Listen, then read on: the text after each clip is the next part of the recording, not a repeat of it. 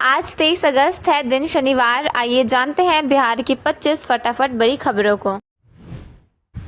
गया जी के कार्यक्रम में पीएम मोदी ने मगध विश्वविद्यालय के मैदान में आयोजित एक कार्यक्रम में 13,000 करोड़ से ज्यादा की लागत से रेल, सड़क, बिजली, आवास, जलापूर्ति और स्वास्थ्य क्षेत्रों से जुड़ी विकास परियोजनाओं का शिलान्यास और उद्घाटन किया। इससे पहले प्रधानमंत्री ने गया जी और दिल्ली के बीच अमृत भारत एक्सप्रेस और वैशाली और कोडरमा के बीच बौद्ध सर्किट ट्रेन को हरी झंडी दिखाकर रवाना किया।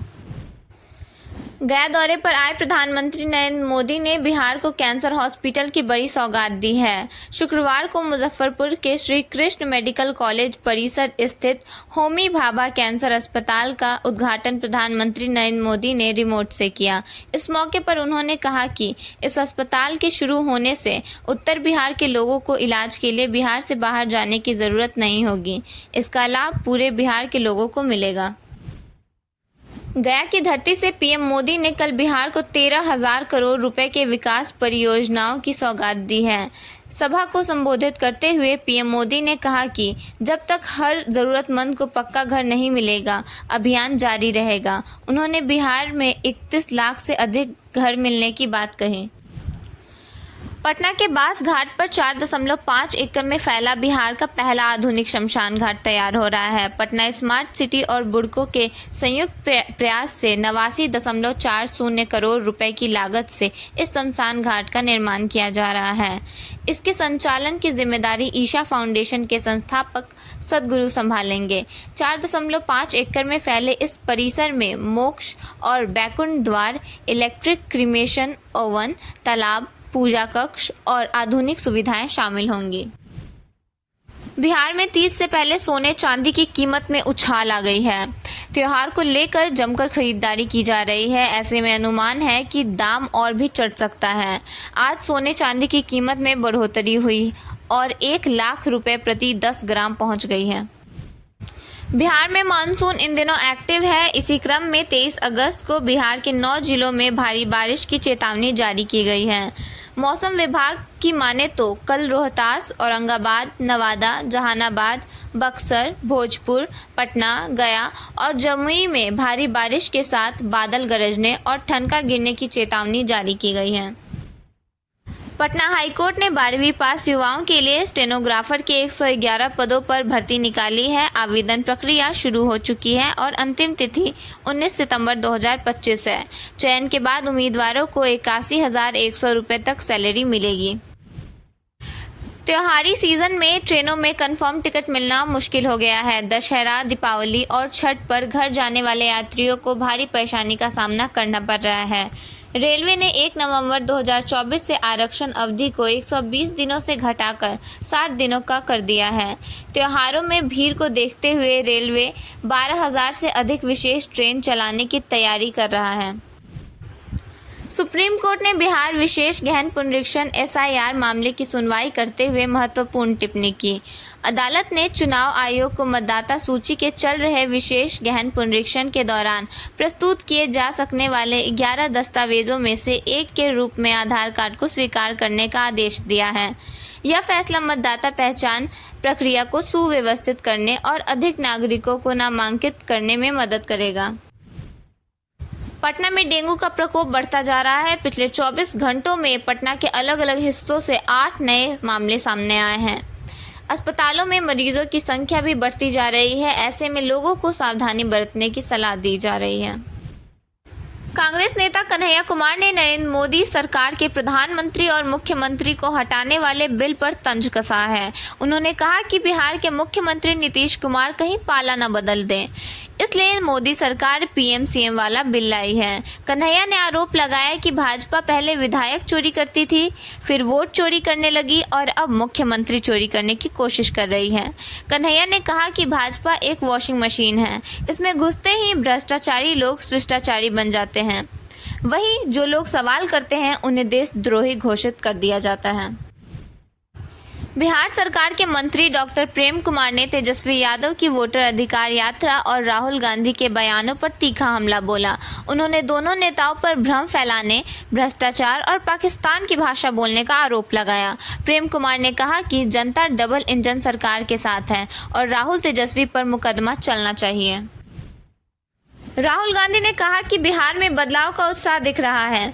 कांग्रेस गरीबों की हकमारी नहीं होने देगी। लोकतंत्र में जो भी संवैधानिक अधिकार मिला हुआ है उसे छीनने की कोशिश करने वालों को बिहार से ही जवाब दिया जाएगा। देर शाम को मुंगेर के हेमजापुर में राहुल ने कहा कि भाजपा जेडीयू के लोग बिहार की जनता की आंखों में धूल झोंक रहे हैं। ये लोग वोट चोरी करके सत्ता पर काबिज हो रहे हैं। देश का चुनाव आयोग भी भाजपा को समर्थन कर रहा है। जनता सब कुछ अपनी आंखों से देख रही है। राजद सुप्रीमो लालू प्रसाद यादव और उनके बेटे तेजस्वी यादव पर प्रशांत किशोर खूब गरजे। बिहार बदलाव यात्रा के तहत भागलपुर के बिहपुर आए जन सुराज के सूत्रधार प्रशांत किशोर ने जयरामपुर हाई स्कूल मैदान में जनसभा को संबोधित करते हुए कहा कि इस बार नेताओं का चेहरा देखकर वोट मत दीजिए, इस बार अपने बच्चों का चेहरा देखकर वोट करिए। शुक्रवार की सुबह केंद्रीय मंत्री चिराग पासवान पटना, जहां उन्होंने विपक्ष पर जमकर हमला बोला है। उन्होंने कहा कि प्रधानमंत्री नरेंद्र मोदी के लगातार बिहार दौरे से यह साफ है कि बिहार प्रधानमंत्री की प्राथमिकता में है। जिनके पास अब जनता के सामने कहने के लिए कोई मुद्दा नहीं बचा है, वही लोग पीएम की यात्राओं पर सवाल उठा रहे हैं। पीएम मोदी के आगमन से पहले ही राजद सुप्रीमो लालू प्रसाद यादव ने सोशल मीडिया मंच एक्स पर वीडियो पोस्ट कर सीधा हमला बोला।